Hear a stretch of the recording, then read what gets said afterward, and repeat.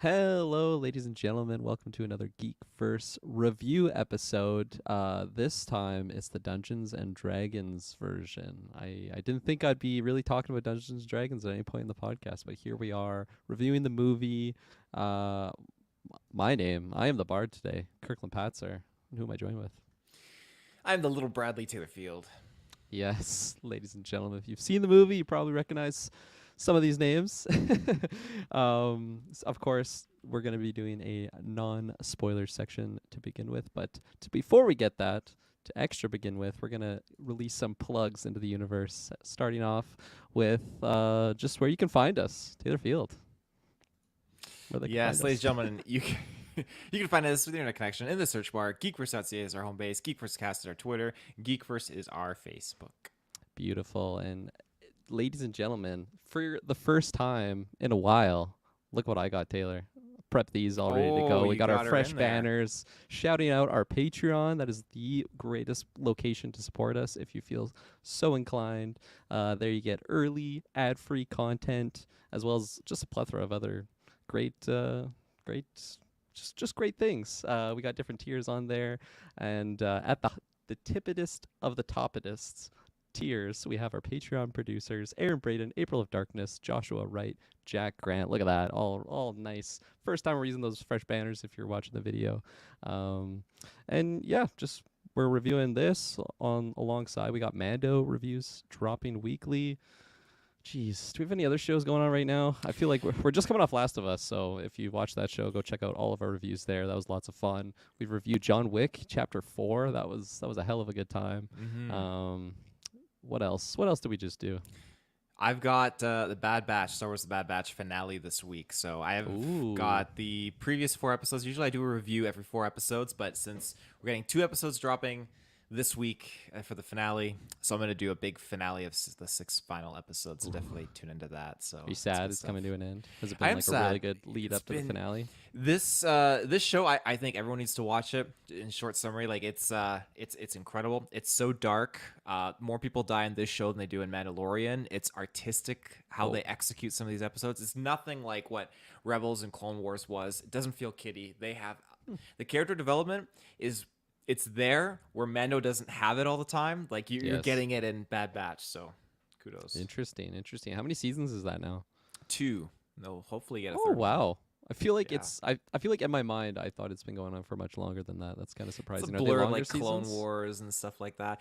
They're Yeah. about 16 episodes. I think the first one was shorter, and this one is 16. So Damn. Well, I really have lack of knowledge on that show because I remember one point in time I thought that show was like continuing on from Clone Wars. I thought Clone Wars like ended and then that went on, but weren't they going like coincided? they no they so uh, they were it's literally a sequel, basically sequel series. Like Okay. Clone Wars Bad Batch episode 1 is like a Clone Wars start and then ends and transitions into the Bad Batch. It's literally like a connector, I you see. could say. Connector. There you go. Yeah. Little Star Wars tangent there. So go check Mhm. all that out, as well as all the feeds that we've already listed. All the links are down below. Without further ado, let's just get right into the spoiler-free section of this episode. So Taylor Field, we'll start with you. You and I saw this movie together for rare occurrence. I feel like we haven't seen a movie together in a while. We actually got to see the early fan. I don't know if it was labeled fan event. It felt like a fan event though, with how packed the I think crowd it was. was fan because it was a prime event. Yeah, absolutely. And like we did see it in what I would say air quotes, the smaller theater than what I'm used to seeing. But that was like I was elbow to elbow with people and I mean one of them being you. But still it was completely packed in there. And I was very surprised about that. It was the fan event, but still it like I feel like I haven't seen a movie that packed in a hot minute. But yeah, there's some good energy in the crowd for sure. But what did you think of Dungeons and Dragons Honor Among Thieves? Holy smokes. I absolutely loved this movie. I really, really did. I will say, though, I was concerned because Kirklin, the movie started and Kirklin was nowhere in sight. Spilling And the I was thinking, beans. "Ooh, yeah, this isn't good. I thought you were like up behind me or something like that, Just another watching seat, you. just watching me. Yeah, but yeah, thankfully you got in there just the nick of time. You had your popcorn and drink, the priorities.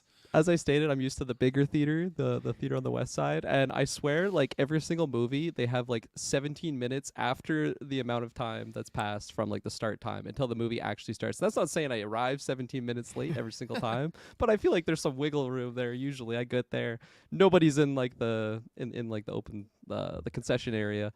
Get my food, go in there. It's just like full on movie action. I'm like, oh shit. Of course it's packed, so I'd like shimmy through a bunch of people. Sorry, I had to be that guy, just interfering with the people's enjoyments. But I got there. I didn't miss too much. There is totally supposed to be much like a longer period of time, but I find that theater lately, it's like bam, within 5 minutes right they to play it. one trailer, they get right to it. Yeah. So. Yeah. But that aside, getting to the movie, I loved it. I have not really any prior knowledge to the world and the lore and the history that stems from D&D. I have played a few campaigns, but not enough to actually be fully aware of what's attached to this universe.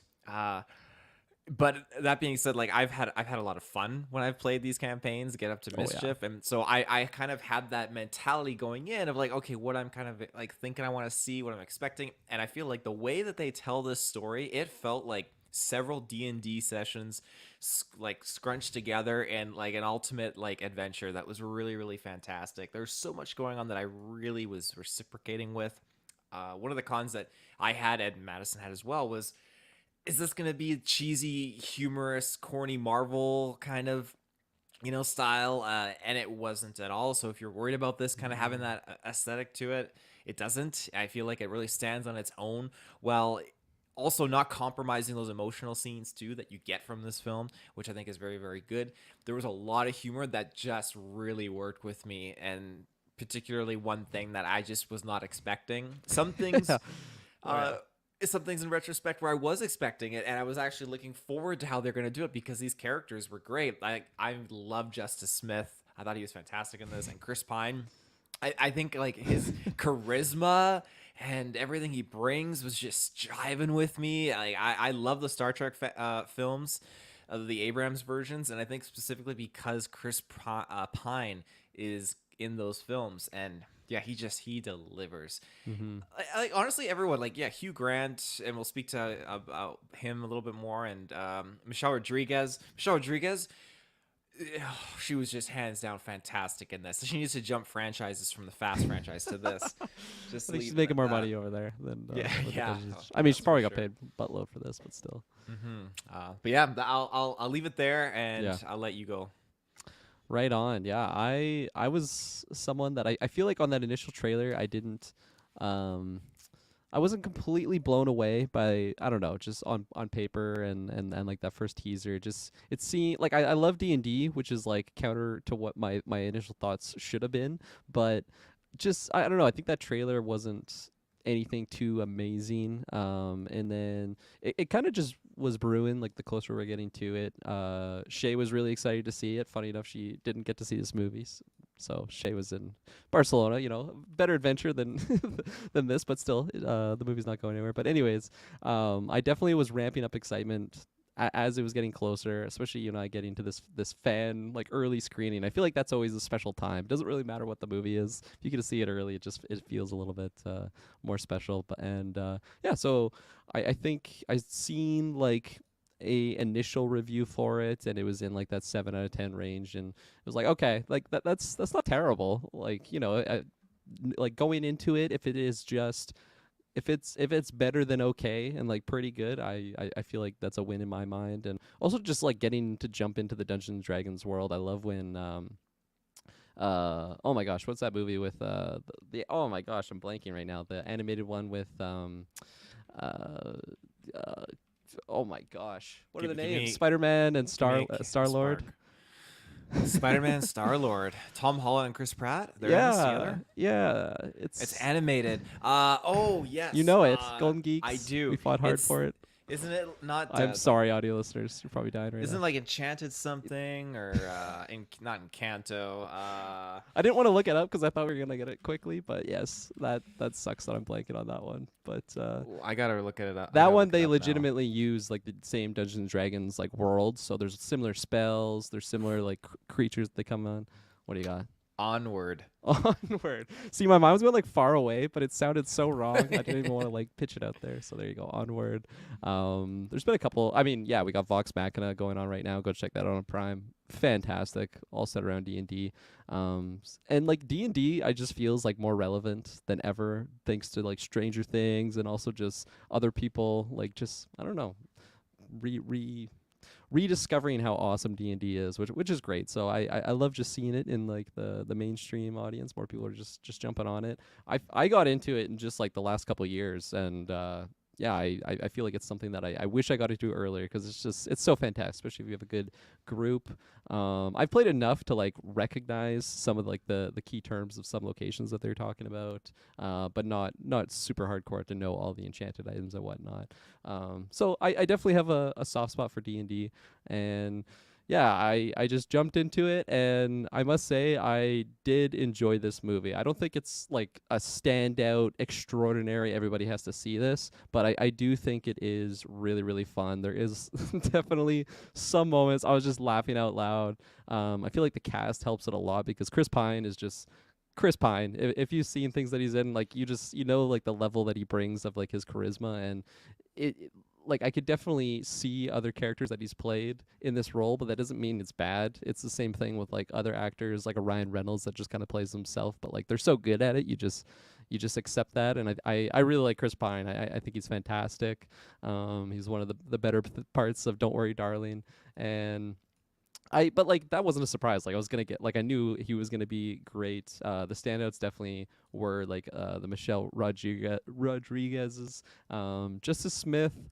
I feel like I haven't really seen much that he's been in other than like Jurassic World Dominion, because I never saw Detective Pikachu. You haven't seen And it yet? Still?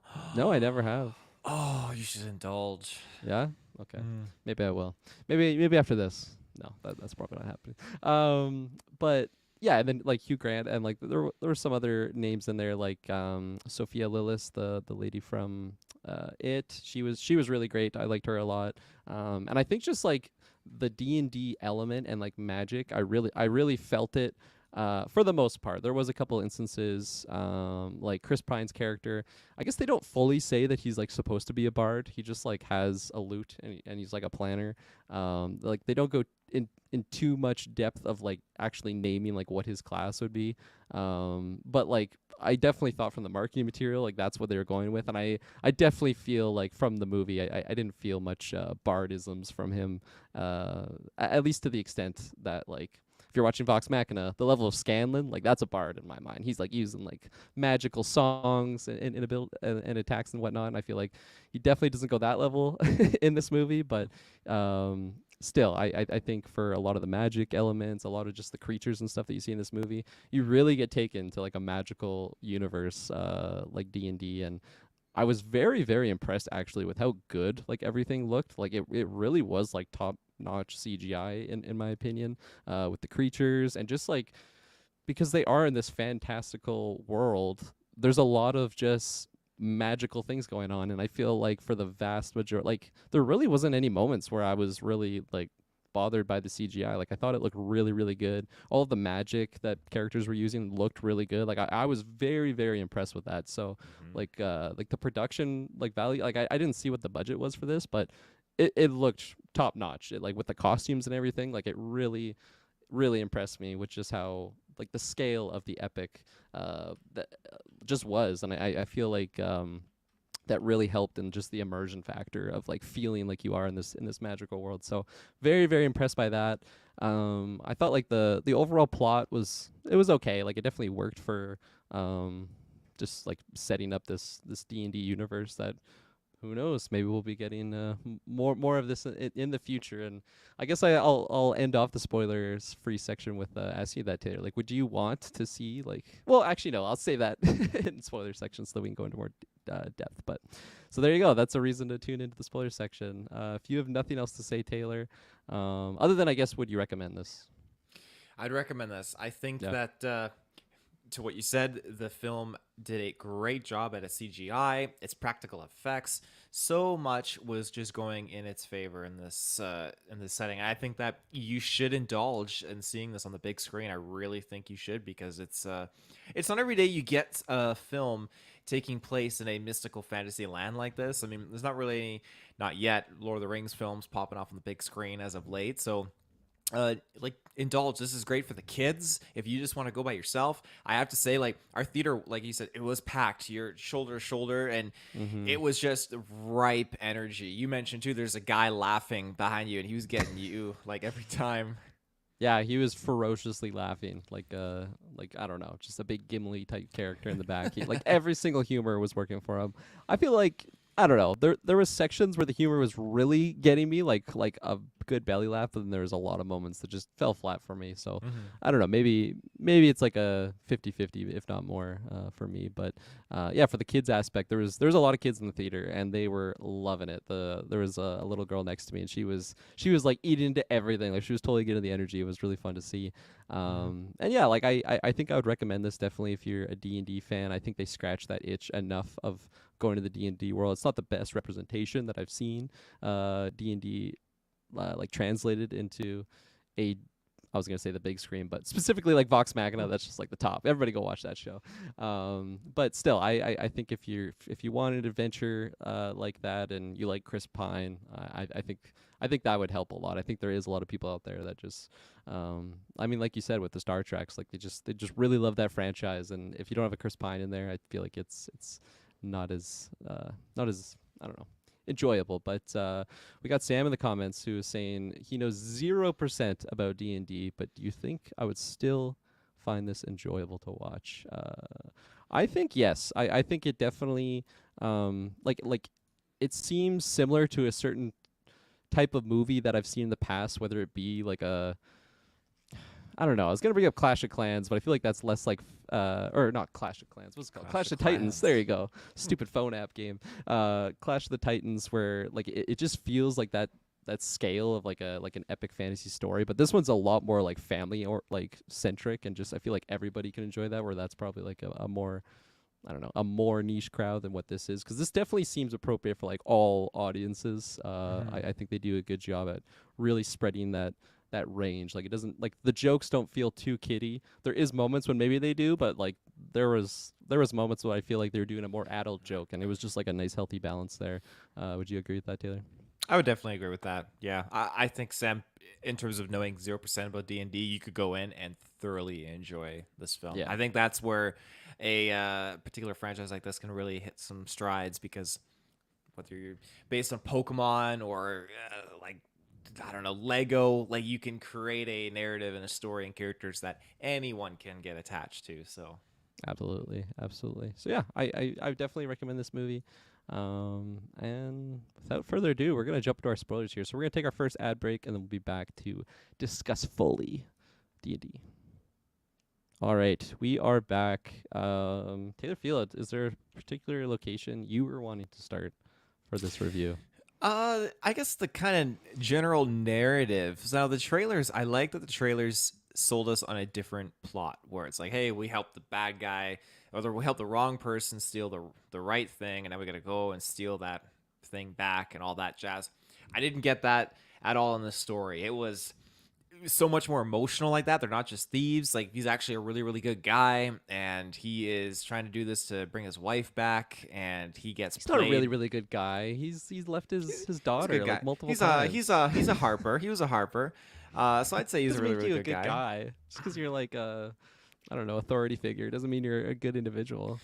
Well, he kind of like tries to bounce back, I guess. He does go through some dark. He did get arrested. He was thrown in prison for 2 years, so there is that going against him. Definitely not the perfect guy. There you Uh, go. I'll give you that. but I'm glad that it was a different narrative, and it was based on him doing it out of love. Like, oh, like he becomes a con man because his wife dies, and he needs to protect his family. And he's like, oh, okay, there's a chance, for my daughter, I can get my wife back by stealing from the former group that I was a part of, the Harpers. So he teams up with Hugh Grant, Justice Smith, and I can't remember the Michelle Rodriguez, and then I can't remember the witch's name, the Red Witch or the Red Wizard. Sophina.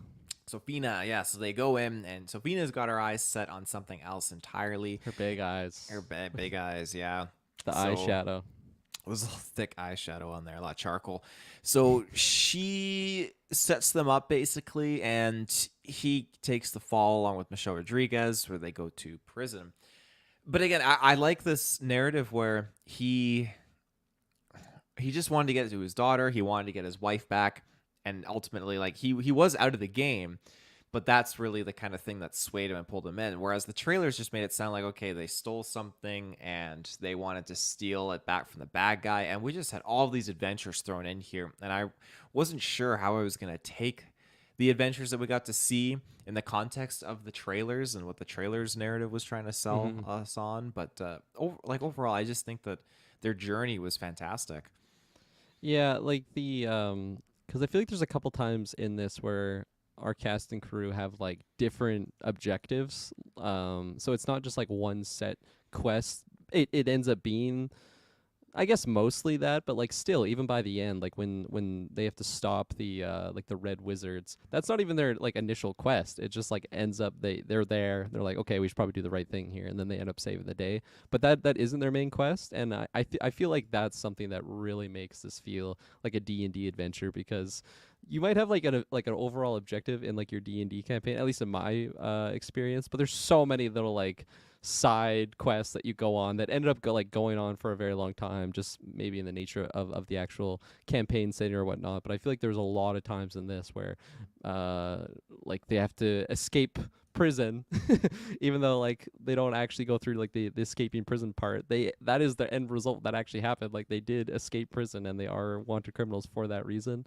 So you could call that like a little mini quest, I guess. And then The way they executed that too, like yes, he's throwing out delays trying to get Jonathan to arrive in time, but like all of that and many other scenes, it felt like you're rolling that d20 to get like that higher chance to actually make this happen. Oh, you just grab on this random guy with wings you have no friendship with or kinship, and he flies you out the window. And like yeah, so like a lot of their actual interactions and just people doing things felt like that. It felt like it was the end result after a roll, and that I can definitely give them credit for. Even like down to like when Holga would keep like doing like a really ridiculous like what did I say? Holga is her Holga. name. Yeah. Like really ridiculous like, I don't know, plan for, I don't know, like something with a deer. I can't even remember the full extent of that joke, but she just kept bringing up this deer, and it's like the dumbest thing you could do, and that fits like a barbarian type character, right? Because they would have like 0 intelligence stats. So I thought that was really fun. Just like giving those certain quirks that a standard character with that class would have, of just, I don't know, maybe they have high charisma and strength, but like very very low intelligence. So I thought that was like cool to kind of shine through. And yeah, but just like and then getting back to the plots of just how they kept going on like these various quests and like finding these different magical artifacts. Like that's something that is extremely D&D.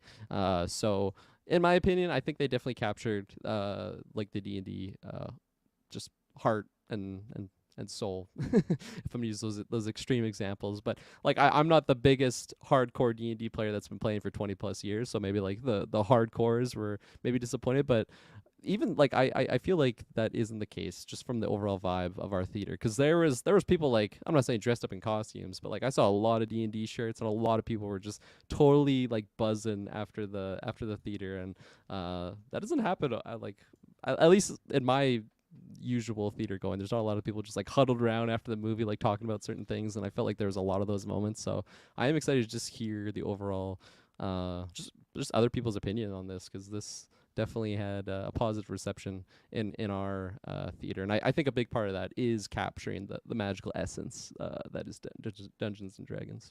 Mm-hmm. Well said. Yeah. Okay, do you want to talk about some characters perhaps here? Ooh, I'd love to. Maybe we'll just start with the big man himself, Mr. Chris Pine, the leader, the planner, the maker of plans that fails, as others would call him. yeah, I think he was lots of fun. Really, really good, like up to his normal standard. I definitely would have wanted him to utilize the loot a lot more. There was a particular scene that, for shock value, just absolutely killed me. Um, they're, they're playing him just like through the hologram, and his whole face was like melting. Oh my god, that one, like, especially, I feel like that scene just went on longer than I was expecting it to, and it was like a gut wrench laugh I got, and everybody was just either disturbed or found it absolutely hilarious from that Mm-hmm. sequence. But yeah, overall, what do you think of Edgin? I believe was his name, Chris Pine's Again, character. yeah, like I alluded to I guess you before, kind I of already talked about like his daughter and element stuff. So just like, I guess, a lot of specifically them. his character. Oh, just specifically him. Yeah. Okay. Well, you could talk about other stuff too. Don't let me tell you what to do. I liked him a lot. Again, like I said, I'm a big Chris Pine fan, so seeing him in this role was fantastic, and I like that he was not just bullshitting. He was a member of these Harpers, and he just kind of renounced that connection with them when his wife was killed, and the connection that, or not the connection, but the tie into that is like he got his wife killed because he didn't know that Red Wizards marked their gold, and so he took the gold when he shouldn't have, and he paid that ultimate price. It's horrible. So I like that we had so much development with this character. I think that he Chris Pine really sold it for me, and really was just an adventure of development. So when we get into those moments where, yeah, he's trying to make plans and he's just so charismatic, and not in an overly cheesy or an overabundant way, but just the right amount of charisma, and I like it so very much. And his confidence in himself and his plans, really like that as well. When we get around to that scene that you mentioned where they're just doing like a hologram of him, my mind was trying to like catch up and figure out like what is going on, because yeah, he's like a like the VHS is like frozen and like replaying scene, or the Yeah, DVD is scratch the CD. scratched. Yeah, and I was just eating that up. It was fantastic. And when he started to get all deformed, that was even more like crazier and weird. And there was a scene where the guard like puts his hand like through him, and his face is like traumatized. Like, what horrible thing is this? And they were really enjoying it too, which I think is the other thing that really makes me laugh, because when he was playing the music, they were singing and they were smiling at Yeah. him, and it Everybody, they just, like the whole like courtyard of guards just came around to like huddle around yeah. him. Yeah, so I really did like that. But the one scene I will give Chris Pine testament to is when, again, he talks and tells the team like, hey, yeah, I didn't know Red Wizards marked their gold, and like, you're not a bigger failure than I am, like that's on me. And yeah, so many little moments like that. And again, where he's having the heart to heart with Justice Smith, trying to get him to be on board. Like, hey, well, you're at your best when you're at your worst. That's when you get the most confident and you succeed. So, really, really enjoyed a lot of the things he did on boosting the team up, and his chemistry with Michelle Rodriguez was just fantastic. I never, ever in a million years would have thought like, let's put them in a film together and just let that Hmm. chemistry unfold, and it was wonderful. Yeah, I like their bond a lot. It definitely felt like a brotherly, sisterly kinship thing that they had going on, and Hmm. I liked how they always had each other's back, especially because Edgin is a fairly flawed character who makes a lot of mistakes, but Holga is that one character that she might be like kind of disappointed that he, like, I don't know, it just didn't go his way, but that doesn't mean that she's not there for him, and I really like those moments. And yeah, Chris Pine, like, I did make comparisons to some other characters that he's played in the past, because I can definitely just see them in whatever he's kind of acting on, but that doesn't mean it's bad. But I feel like there was still some moments for him to really shine, and it was maybe on those more humbling moments on screen, whether he's telling just how much of a loser and a failure he is to people, and just really selling those scenes, but particularly like with his daughter, and the conversation that they have like near the end of the film, both the Sophina version when he's like talking to her, and it's supposed to be the daughter, but it's actually Sophina, and then she does this like psycho laugh every time she did that in the movie. It was terrifying, um but yeah, like so that moment, and then even afterwards when he actually is talking to his daughter, all the moments when he's, because he is like the team leader. I guess that is his main role in this film, and you definitely feel that because he holds the team together when the going gets tough. And yeah, although yeah, he's he's definitely made mistakes. I'm happy it went the way it did in the end. So yeah, I thought he was great. Then just I guess since we already talked about her transition over to Holga, she was lots of fun. I really like Michelle Rodriguez, and she really embodied that barbarian type character. I loved all the moments when she was popping off with that axe that she got. That was really sweet. And yeah, like I already brought up how like they intentionally made her like super stupid at moments because just leaning into that barbarian Like a trait of just Drax trait, yeah. you'd say. Oh yeah, absolutely.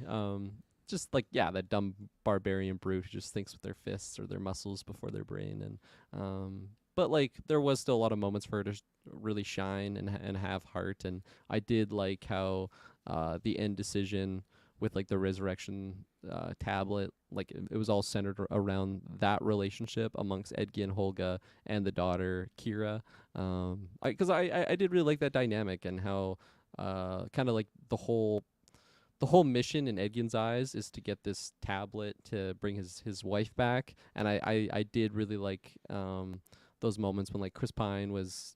I mean, when he was being honest and explaining like to the daughter that like he wasn't trying to get the daughter's mom's back, he was trying to get his wife back, and because from the daughter's perspective, like she never even knew her mom, but having Holga around her whole time basically was like a motherly figure. So I really like how that all went like full circle and really tied into just eventually the end decision being using the tablet to resurrect Holga, which probably could have seen coming. I definitely didn't because I was probably just so engulfed in what was going on screen. But I still thought it was a really touching moment, and yeah, I thought she was really funny. Her humor around just being unimpressed with multiple characters, whether it was Justice Smith's Simon was his name, and Edgin and everybody else. But yeah, I really like Michelle Rodriguez in this, and that's not a surprise. I feel like when it's kind of like. I don't know. I was gonna make a comparison of a character who just like every time they're in something, I just love it. I mean, I guess yeah, she's up there with the Chris Pines, with the Danny Trejos of the world. Danny Trejo. Yeah, so Michelle Rodriguez did not disappoint for me. Yeah, I absolutely loved her character in this so very much. I think she was fantastic. Like I said, that we need to see her jump ship off the Fast franchise and pursue a career as the Olga in the D&D film franchise because yeah, she was great. Her humor really worked for me, and I think that's again I'm an innocent humor kind of guy. That's definitely what kind of like speaks to me a little bit. So I like that a lot. But yeah, I hope that we get to see more of her in this universe, and like I mean when I said like get a sequel or whatnot, because yeah, she's a great character, and her combat scenes where she was popping off like you said, holy smokes, they were great. The level of action in this film alone was already fantastic as is, so just to have her like mixing down against like these guards and everything like that was fantastic. So I really thoroughly enjoyed her character a lot. Right on, right on. Who do you? I'll let you take us away with who you want to go next. Oh, hey, let's go with I'm just gonna play Justice Smith. Let's do it. I knew you were gonna say Yeah. that. I knew you were gonna. Cause did you forget her name? Or were you gonna say the tiefling character? Well, I have her. I have her on the IMDb here, but I was looking at Doric, and I was looking at Simon. And I was Okay. like, oh, let's go. I was like, Simon. Taylor's gonna go the tiefling if he remembers her name. Yes, which is Doric. But yes, Mr. Simon, Justice Smith himself. Well, yeah, take him away. Your boy. You're like big. I feel like you're one of his biggest fans, probably. I am. I gotta watch that movie that Maddie recommended that he's in. Or that movie, it's a series. It's on Apple TV. But yeah, Justice Smith. He whatever he's in, like people may say he's playing the same character across the board. I don't feel that way. Like he just plays this interesting character that maybe is a little shaken, and maybe that is his character in all these films. But Low confidence individual. low confidence individual. Maybe that's why I resonate with him because maybe I have low confidence. I don't know. That's a You see deep yourself question. in Justice Smith. Yeah. So I just think he sold it on this for me. I love that he was this really bad magician, and he's a descendant of like a really powerful line of wizards. And so it's the moment we get his introduction after his initial introduction in the intro scene, but Hmm. he's going to be recruited by Holga and Edgin, and he's in there, and he's just I know you laughed at this too, but he's doing like his little tricks, and he's like, he does the fresh grass trick, and he stands like, oh, you smell that? Yeah, Oh yeah, that got me. The I yeah. thought like the little candle on his finger was funny enough, and then he's like, he's like, ever smelled freshly cut grass? Everybody loves that. And I'm like, okay, where's he going with this? And you just see this like green air go off. It's just like a terrible look of something. He's like, smell that? Oh, that got me good. Yeah, Yeah. that definitely got me. And then you stack it with the great budget that this film had for doing all these the CGI moments where he's using his little magician trinket on his belt, and he pulls out a spell for like a firebolt because he's tackled, and he shoots it up, and then he activates like another spell and flips, and he starts going up and flips everyone into the ceiling of this Mm-hmm. little cathedral place or whatever he's doing his show, which I love that. And then he's just like running along. He flips gravity back down to normal. He gets grabbed, and then this is where again it feels like a D&D mistake because he flips he does this flip spell again, and he goes up, but for all we know, he probably rolled like a one, and he ended up going through the roof, and he's going up and up and up and up towards like who God's name knows where. So he has to roll again and counter the spell. He gets success, and he manages to fall back down to the ground. So those kind of moments really, really worked for me. I really like that because it feels D&D like. I feel like he's got some negative multipliers on like his rolls too. Yeah. He's rolling low a lot of this film. Yeah, he really is. His journey to overcome his self-esteem and just kind of get more confident. Really, really liked all that. I thought it was fantastic. So, yeah, I just think that he's a really, really good character in this movie, and I like that he was a magician. That just makes it so much better. And some of his lines, his humor, it really works for him, especially when he's trying to court Doric. I didn't get that at all from the trailers, so when he talks about it in the movie and like alludes to it, like there's a lot of really fun notions attached to that I was able to get on Yeah. board with. I guess I just enjoyed his pathetic nature for a lot of this movie, and maybe that would just mean I would like him in other things because it sounds like that's kind of the character that he's been playing in the past. But although I haven't seen Detective Pikachu, maybe he's big macho man in that. I'm not too sure, but yeah. So I thought I thought the humor around him worked probably over 50% for me. There was a lot of like I just loved all the effects with him like actually casting the magic, that little thing on his hip. I thought all of that looked really cool, and it was a cool idea. I loved his little portal gun that he got.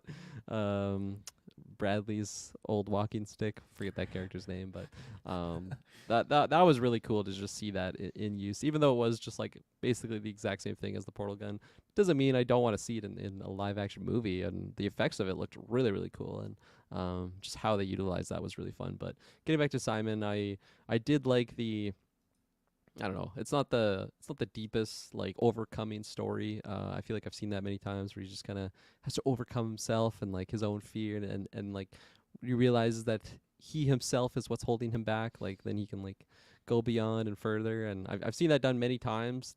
Doesn't mean it's bad. Like I think it also worked in this movie setting. And I did like just him putting on the helmet and like and like speaking to his elder, his other ancestor, and all those moments were again they like just visually they looked really really good, and maybe that's something that really elevated the scenes for me was just the overall visuals of it looked really really good.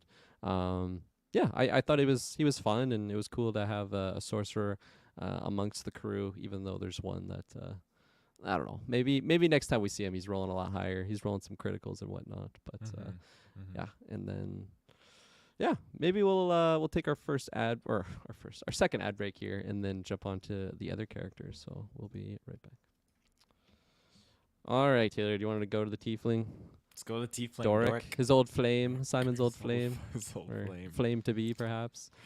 Yeah, she was fantastic. I really liked it. I thought that she could only turn into the owl bear, so actually getting to see her change into different things was fantastic. And we got a particularly amazing action sequence where she was eavesdropping on Safina and Hugh Grant's Forge character. I'm just kind of trying to get the deep dive into the vault and what the situation was. And you get a terrifying moment where Safina's like, and like That was like points a like, jump scare. A lot of people oh around me yeah. jumped. I Yeah, think you that were one was of them. frightening. I definitely jumped. So when she's like escaping, she's a fly, and then she turns into a mouse, and she's running away. Then she turns into herself inside a suit of armor, which is very cool. Again, feels Mm-hmm. very D&D like. Just you're rolling, she's rolling that D20 like no fucking tomorrow in these situations, and getting so lucky. So she changes into like a hawk, and then tries to blend into the crowd in the courtyard as one of those ostrich looking things. Yeah, Yeah. just it's one thing after the next. She barely escapes out of there, but she was really really cool. I like how she could hold her own, and she was very for her people, the Emerald Isle people or something like that. I'm Mm-hmm. not sure what her clan was called, Well, but I she really liked was, it. yeah, because she was half human tiefling, which tieflings are kind of like a demonic type character. If you didn't know, that's why she had the horns and the tail. Mm. A full tiefling would not look like her. It'd be like a more demonic looking character. So a human slept with a demon. Hell yeah, man. Ooh. That's a real life thing too, I'm sure. Oh yeah. um, so yeah, and she was a character that I was excited to just see her power set like on the actual screen. Not realizing we're gonna go much deeper with that character. Oh yeah, with the emerald, that was the thing, that she was kind of ostracized for just being who she was from her like original township. So then the yeah, I forget their name, the Emerald something. I think it was like a faction of wood elves that just Mhm. took her in, and really that was her home and family, and she felt very the protector, I guess, of them. And that was kind of how they recruited her. There was she was just trying to like basically bring down Forge. She didn't want the money, which that was a funny moment when Hulk was like, "All right, we'll keep your share." Yeah. But no, I yeah, like I said, I was excited to see her, and I definitely, pardon me, was impressed. With just seeing, I just sound like a broken record here, but just like the great visuals around her character. And that's a character that you really got to get the visuals right of her like transforming into the actual beast or whatever she's turning into. The owl bear, that was so sweet to see in live Mhm. action. Because I've definitely like encountered owl bears in campaigns before. And it's just like a bear that's an owl, and like I just picture kind of a bear with an owl head, but to have like the whole body with like the feathers and everything, I think that's so sweet. So that looked really, really cool. And yeah, just her transforming into a bunch of different creatures. I never played as like a druid type character like that before, so I'm not sure if it's like a set. I imagine it's just any type of animal you can really think of. I feel like she could have maybe swapped into a more optimal creature in certain situations. Now, I'm not the half human tiefling druid, so maybe she knows more than I on what's the best animal to turn into certain situations. But there's some moments when I'm just like, oh, just turn to this creature, and you'll get out of that so easily. But she had her set animals that she was sticking with. But Mhm. I still think she was really badass, and yeah, I liked her motivation. How it wasn't just the money. She wants to bring down uh, the the colonizer, the forge type character who's just cutting down the wood like she's Saruman or something. Um, so yeah, I thought that was fun, and just like the overall like look of her outfit and the horns and everything. And she used her tail a couple times, which is cool. I like when characters that the limited characters I see that have tails, I like seeing them actually utilized in a strategic manner. And I didn't love how they just like put Simon and her like together again. I feel like I would have been completely fine if they're just friends or whatnot, because he's like, "Oh, can I try courting you again?" And it was just, I mean, it got laughs in my theater, so I guess that's the intention. But I did not care for that at all. But that's kind of a nitpick. But Mhm. the yeah performance from Sophia Lillis, I thought she was really great in it. Yeah. All Wonderful. right. We kind of just going down the characters. You want to keep going? It's kind of Let's fun. keep going. Yeah, Yeah. I guess the last member of the former team, Hugh Grant, Forge. Yes, Forge. I had no idea how he was gonna be woven into the story. So when they introduced him as just he escaped from their initial like heist, he got away, and now okay, look at him. He's living the high life. He's the leader of Nevermore, I think, or Neverwinter. I'm not sure Neverwinter. There which. you got it. Neverwinter, yeah. So he's Got his leading the face everywhere. face literally everywhere on balloons and pamphlets all over the place. So he's definitely a delight. Hugh Grant is again, he's charismatic, and he delivers in many roles. One of my favorite roles that he's in is uh, Love Actually, and I think it's. I can't remember the name of it. I watched it very recently. Notting Hill, yeah, with Hugh Grant, Julia Roberts. That's another good one. I love him in those kind of films. But seeing him in this, doing this kind of a role was great. Uh, yeah, just he turns into the villain, one of the villains of this story, and I like that a lot. I liked how the one scene where he's got his tea and he's talking about his tea being too hot. And he's like, Sophina, would you? And she like puts her finger in. Then he's like, I didn't know you put your finger right into the drink. I'll just leave Hey, that you for really later. sold. You really sold that. Yeah, yeah. Did you So say like I'll remember that for later or I'll remember something? that for later. Yeah, And something yeah, like that's that. where I was like, oh my god, that's like an edgy joke. Like there's kids next to me, Hugh Grant. Come on now. But Yeah. I guess it's done eloquently enough that it doesn't feel like a raunchy humor joke there. And Hmm. yeah, Yeah. Go for it.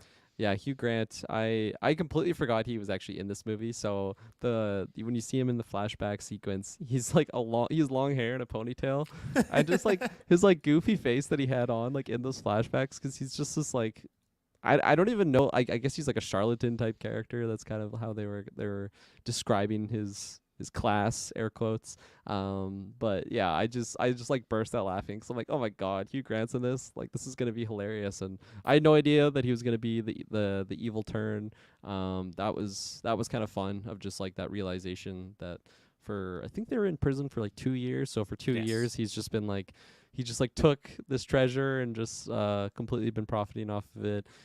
Just adopted Kira essentially, and yeah, he's just running this town.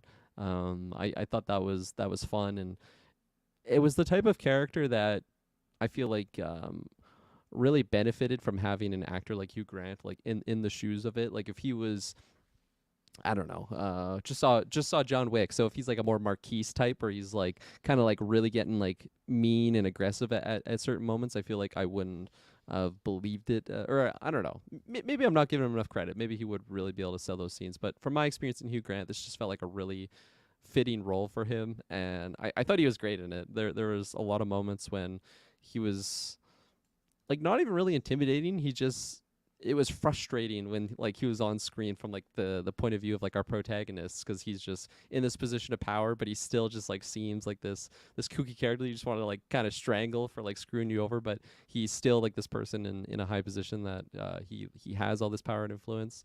And yeah, like all the humor around him, I think he really sold a lot of those scenes. It didn't all work for me, but there probably that's another one that's probably 50-50 for me, but Mm-hmm. there was some moments that really had me going good, and yeah, I I will say too, I hate it from a standing point where it's just like it's usually a good story trope, but I hate it because it just bothers me. Like, oh, if only the kid knew the truth.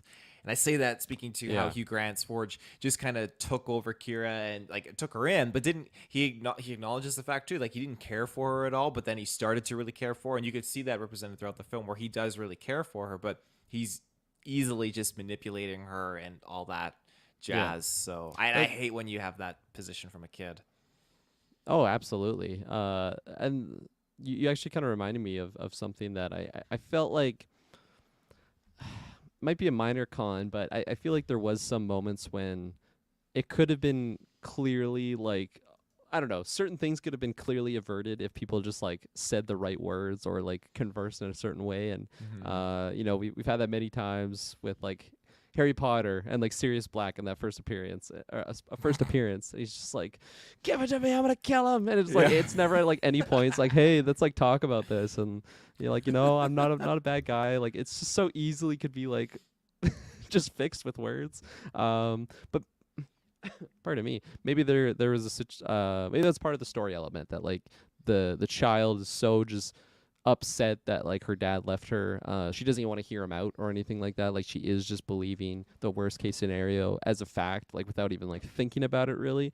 Because he has been this kind of sketchy's the wrong word, but just like she couldn't always count on him. Maybe that's the best way to describe it, and Mm-hmm. maybe that would make it a lot more believable. Like Forge's story for Kira, just telling how like her dad just completely fucked off, like took the tablet and just bounced, and she just like instantly took it gospel. I feel like that's something where, in the moment, I thought it was.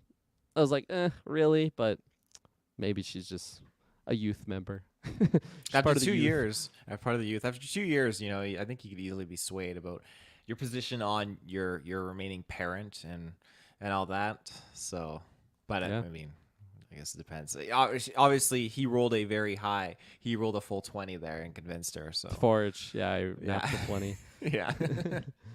um yeah, I don't have like too much more to say on Forge. Yeah, I really don't. Do you Cool. have anything? Nope, that's it.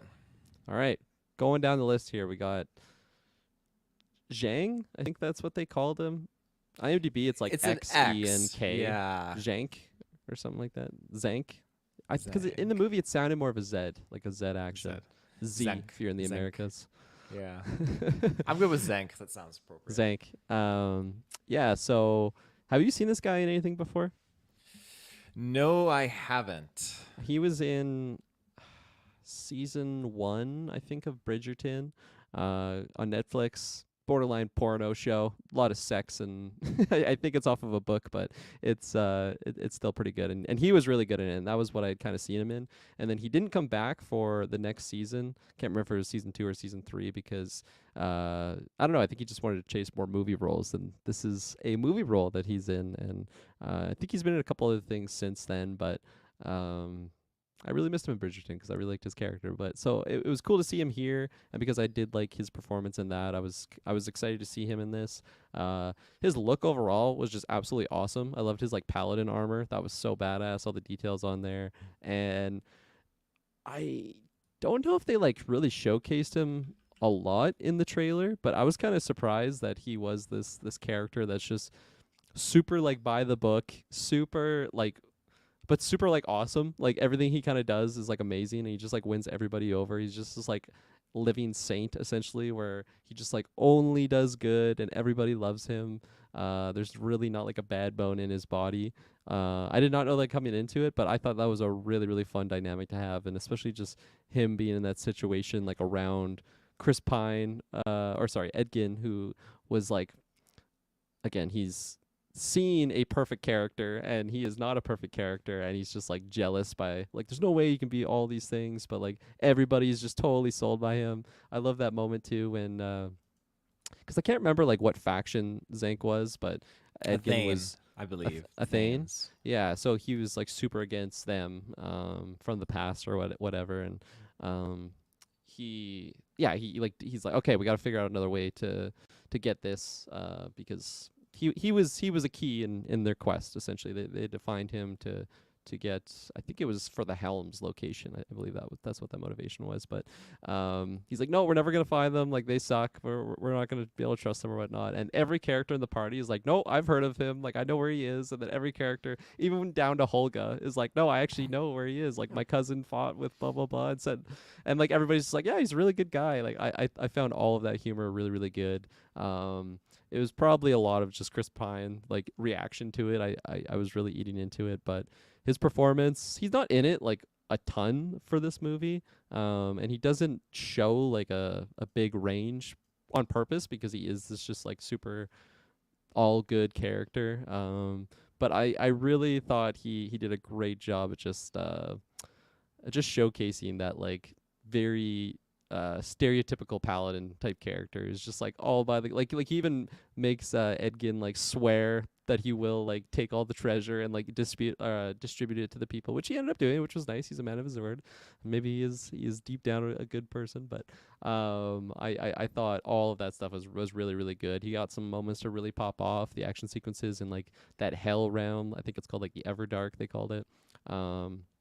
So badass. That was really cool, and I liked at the end too when he's just like walking off in a straight line because he's so straight cut. You're just look at him. He's wandering off. There's a rock. Is he gonna go around it? No. He just keeps going. I think everybody in our theater really liked that one. That was a lot of good laughs overall in our viewing experience. But yeah, I really like the character. I personally probably would have liked him to be in it more just because I did really like him. But still, it was probably better for story reasons that he wasn't there to just pop off in the end. Yeah, he was so virtuously like righteous, and I loved every split second of that we got, because it works when you have other sarcastic characters that he obviously doesn't understand sarcasm very much, so Yeah. it creates very humorous moments. I really enjoyed that quite a bit.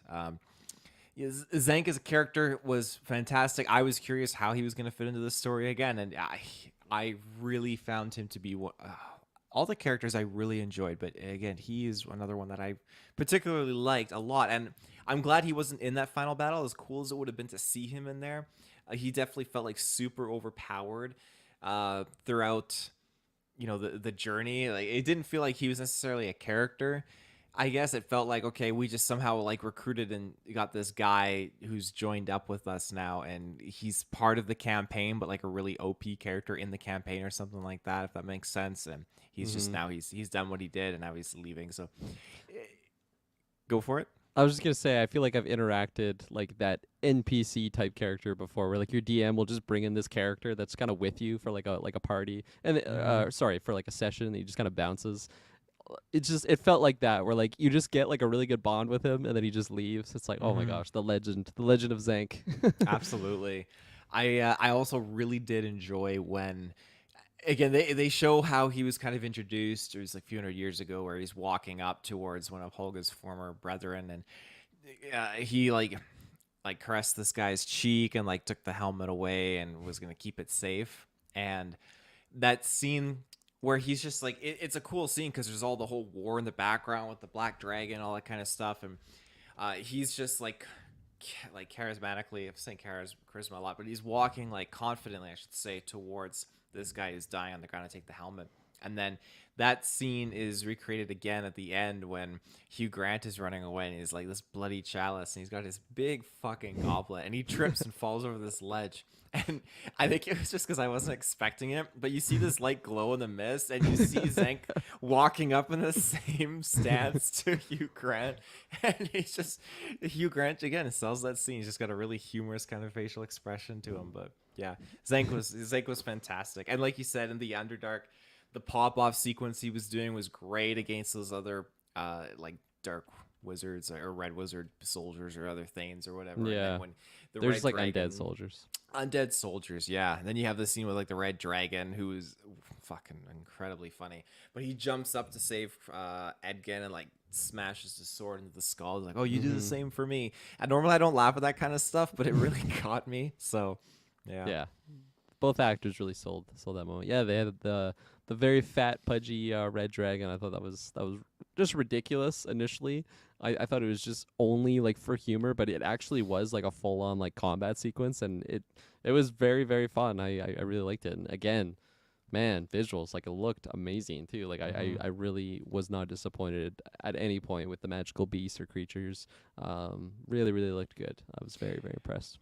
I didn't expect the red dragon to be, again, that position that it was, being so overweight. Like, you get a little bit of it seeing its head coming in, like eating people in the trailer, but when he squeezed through like that cave, I like, people started to laugh, and I was like, well, why are people laughing? There must be something here I don't connect with. And then immediately you see like it's just a chonk, and he doesn't like run down this like side of the hill. Like, he's just sliding down, and I got a fat cat. He's a chonker himself, and so just seeing these similar comparisons really made me laugh too. Like, the dragon like slips, and he just starts to roll around like he's just such a chonk. I absolutely adored it. So Yeah, absolutely. All right. So that's like the main crew. Like, or I guess we have a couple others to mention. We have, well, the daughter Kira. I thought she was all right. When we were leaving the theater,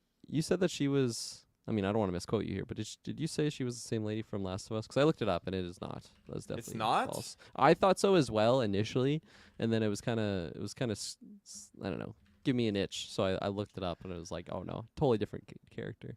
Totally different Or character. actress, sorry. Nico Parker. Oh yeah, it is. And Yeah. Chloe So Coleman. They Chloe look Coleman, yeah. so alike. They do, yes. But I thought she was fun. I wanted her to be more part of the crew, especially the way that she was kind of shown early on, of just like with like the necklace and everything, and like like bouncing in and out. I thought that was a really cool tool to use, but they didn't use it at all really, because she was I mean, till the end, I guess she has her moment to pop off, but still, there was a lot more potential, I think, with that inclusion of just like the invisible necklace, and even if she's not with the crew, just seeing moments of her like sneaking around the castle with it. Kind of, I was looking forward to stuff like that happening, but it did not at all. She just really was in the background for a lot of it. Yeah, I don't know. I thought she was all right.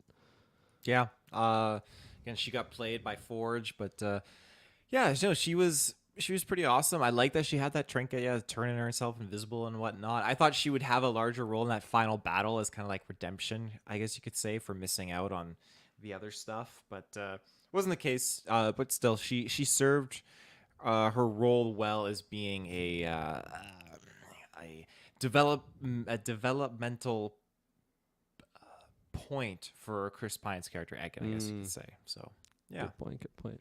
Okay, and then we got Sophina, the Red Wizard, the bad lady. I don't know. I've seen this type of character before. I didn't really care for her. I feel like she's rather forgettable. Actually, yeah, I don't know. Her crazy screeches didn't really do it for me too much. I did like how like she would take off her hood and she would just go like full like red version. I like that transition. It looked good. But yeah, for her actual character, pretty forgettable. Just a bad character, and by bad I mean evil, not well, maybe a bad character as well. But yeah, I fine for the antagonist of the movie. What'd you think?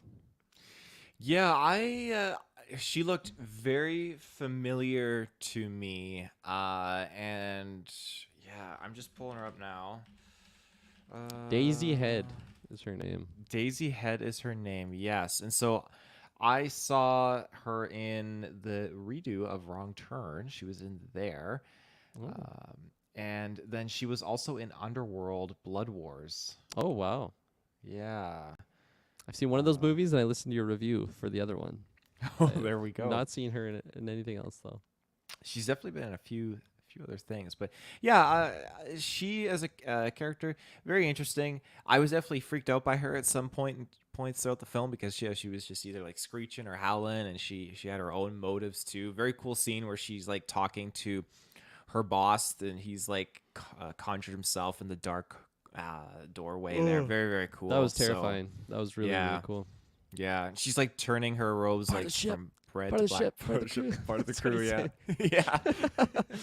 Part of the castle. Part of the crew. But yeah, I definitely am more on the like, the positive end when she got into that final battle, and she was just like teleporting around, jumping around, like conjuring spells. We got a very cool panoramic shot where all of our heroes are like attacking Mm. her, and she's doing spells and blocking. We got a very cool one-off battle, her and Simon against each other, which is very very cool. So there was a lot going on that I really really did enjoy quite a bit with her. So yeah, Yeah. Cool. And then with her, we have just the whole Red Wizard, or Red Sorcerers, whatever they're called. I think they're Red Wizards, but Red Wizards. I thought for like a faction, I wanted more of them. It is kind of a cloak and daggers thing where you have Sophina kind of undercover as a red wizard, so I guess it kind of makes sense that you can't just have a bunch of them popping off. But I thought they looked really badass and scary, and they had like the red markings on their head with the red cloaks. And because the magic just looked so great, I wanted more of it. It makes sense that you can't just flood the whole movie with it for budgetary reasons, but I still wanted more. It was a cool. I mean, like in my own D&D campaigns, I've interacted with dark wizards, so it was just cool to kind of see them shown here, and they really felt powerful and scary for the limited amount that I actually saw of them. I really, really, really love that sequence of I think it was when Zank was talking, like explaining to them like what had happened initially, and it was just like that dark ritual with like the it's like these blood vessels like in the sky that like funnel to make this like red smoke. Hmm. Man, that looked so amazing. I was so impressed with that shot, and yeah, it was just dark and scary. And there was like another jump scare in that moment where I think like little Zank, which is like him as a child in that like flashback sequence, is running in the crowd, and there's just like I don't know if it's his mom or someone, but like a lady just like who's like possessed by like the demon spirit thing, just like grabs him, and he just like totally jumps. And yeah, that was I mean, I don't want to sound like that guy, but it didn't get me, but it sure got the little girl next to me, you know. But yeah, I thought they looked really cool and scary, and I wanted more of them. So a little bit disappointed there. I did like the moment when Safina hires like it's like a hitman type guy to come in, and he has this like green flaming sword, and he just like Well, that dispatches was those one like of her people, wasn't it? Because like she was yeah. smiling when she saw him, same like head thing going on. That I actually chuckled in the theater that moment because you see it's like Sophina who just looks creepy as fuck. Like always, because she has these like dark charcoal eyes. It's like the captain of the guard or whatever, just like standing there, and she's just standing like a demon. And then it shows to her buddy, and it's like he's standing in the exact same position, like looking absolutely super scary. And then like just like the boatman like rowing, and I just like laughed because they just like Oh stick yeah, out you like did such sore laugh at that. thumbs. I was wondering why you Yeah. were laughing then. You just have these like two super evil looking characters just like staring at each other like, yes, oh, we're totally gonna fuck these people over. Uh, it got me. Um, yeah, okay. So that's Red Wizard, Sophina. Something we didn't really talk about is actually, yeah, little Bradley. Bradley Cooper was in this movie, which completely shocked me. And I think it shocked you as well, because you and I just like burst out laughing Hmm. as soon as we saw him. Very well done, like shots. It felt like I was in like a hobbit hole or something. Just, yeah, little Bradley interacting with Big Holga. That whole sequence was fantastic. Him just feeling like this character is just like totally moved on. He's happy in his life, and like the two actors were really great. But just the whole situation of like he is his new love, like coming in, and she's like a character that looks exactly like sort of build as Holga, with just like blood on her hands, like this totally like rough character. So you can tell he has his type, and she has her type as well because she's into Oh these little yeah. men as we see. But yeah, that was a shocking moment, and I laughed so hard at that. Yeah, that completely caught me off guard. Like she's standing out there like, oh, he painted the shutters and she's smiling and yeah, then the door opens up and it's this little person, which is totally fine, like a hobbit or whatnot.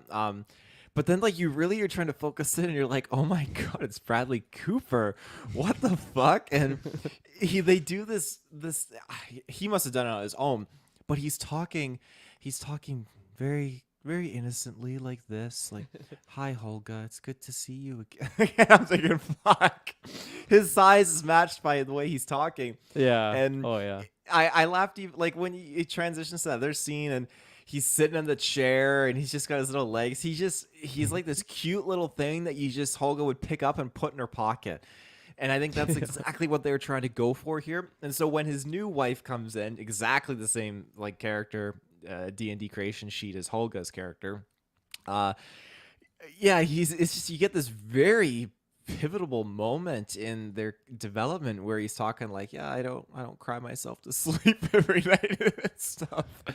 And again, like it's you're laughing at it, but it is very prominent to the development of Holga's character, and you get a lot of emotional stuff in that whole sequence. But it's really really good. You got this little walking stick and stuff. Like, Mm-hmm. that scene was one of my favorites, and I hope Dylan, like, if You Dylan, still got my walking stick, eh? still got my Well, walking you stick. could take it on your way home, actually. Yeah, I think for Golden Geeks, I probably, if nothing else prominently pops up, I may pick Mm, this as my one movie just to make sure Travis and Dylan see it, because I think there's some things in here like yeah, that I agree. scene with little Bradley. I'd want that to be somehow in like a Golden Geeks. I don't know, but yeah. Absolutely, I agree.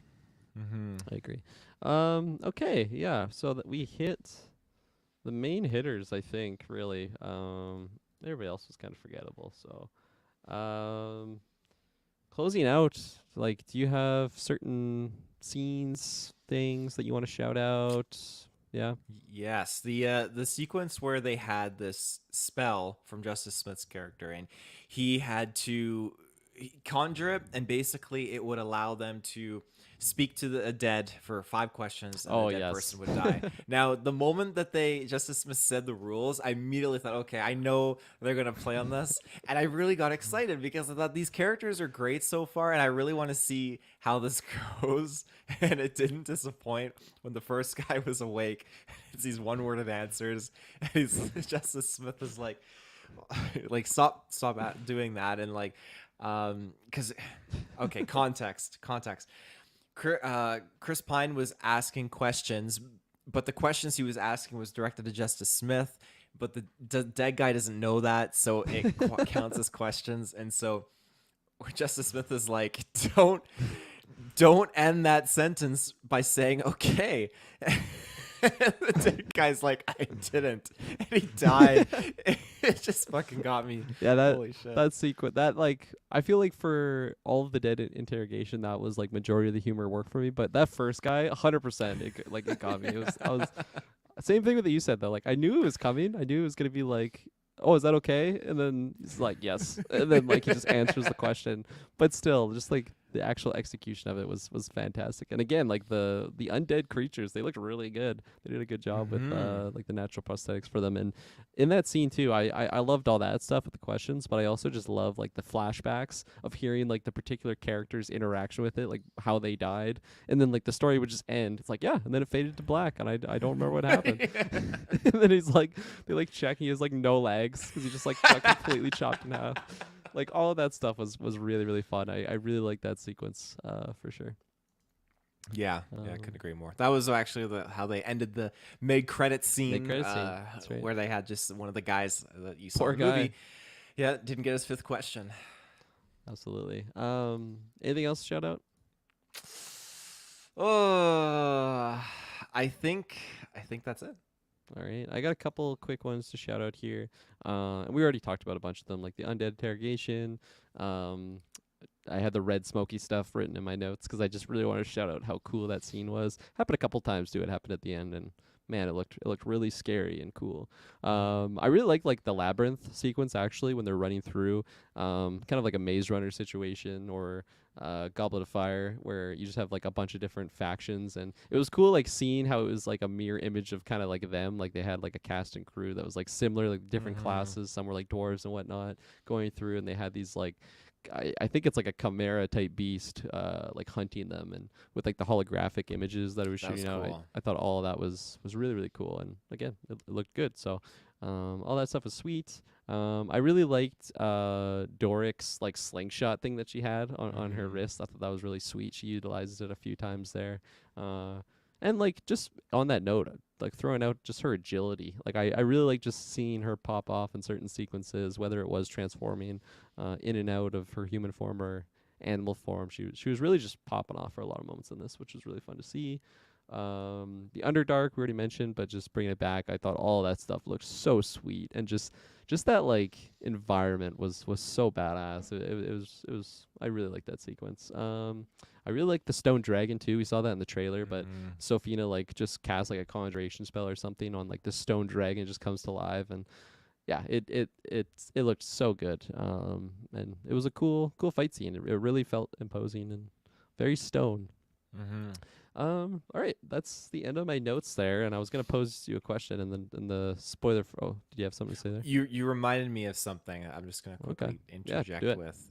You mentioned that maze scene again. That was top notch, and the scene where they again rely on Doric when they have to go and jump into that acidic jelly cube. Oh yes, gelatinous cube. Gelatinous cube. Yeah.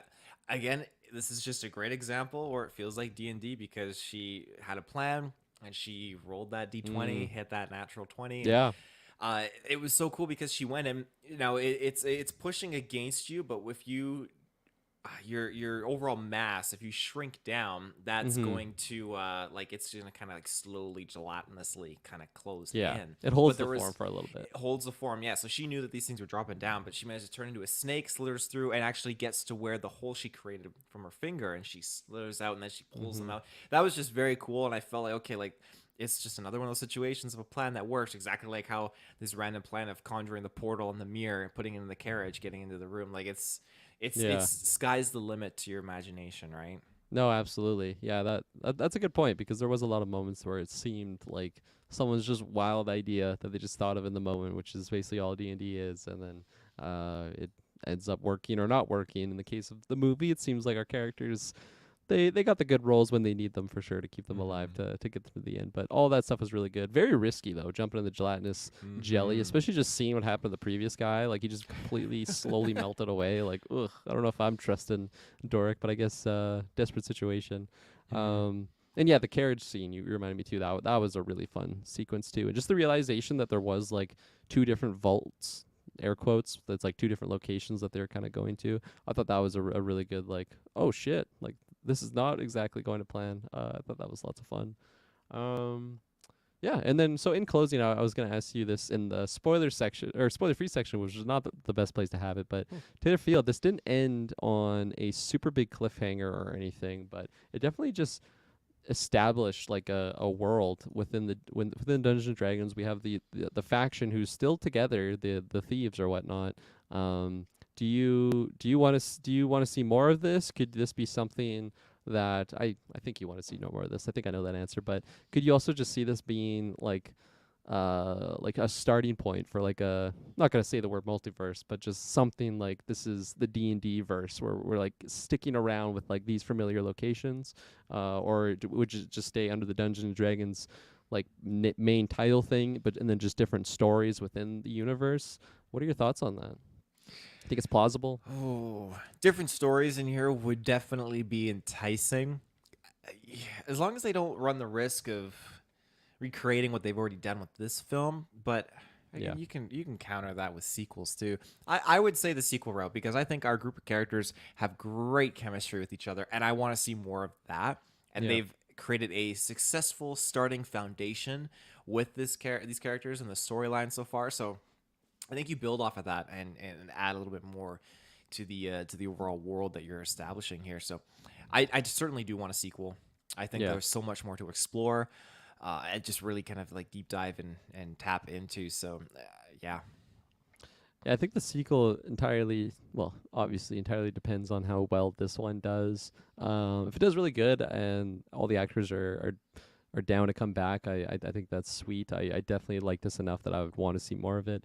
But also just like the possibility of this starting a new thing of like different adventures in the D&D universe. I think that's a really cool aspect, and hopefully this isn't just, I don't know, just completely bombs or whatnot. I have not looked at any numbers for this, for the budget or the box office or opening numbers or anything. I mean, I definitely am blind in that regard. So I am curious, just to see how it does within the next few days, weeks, and all that jazz. But still, 151 million USD budget.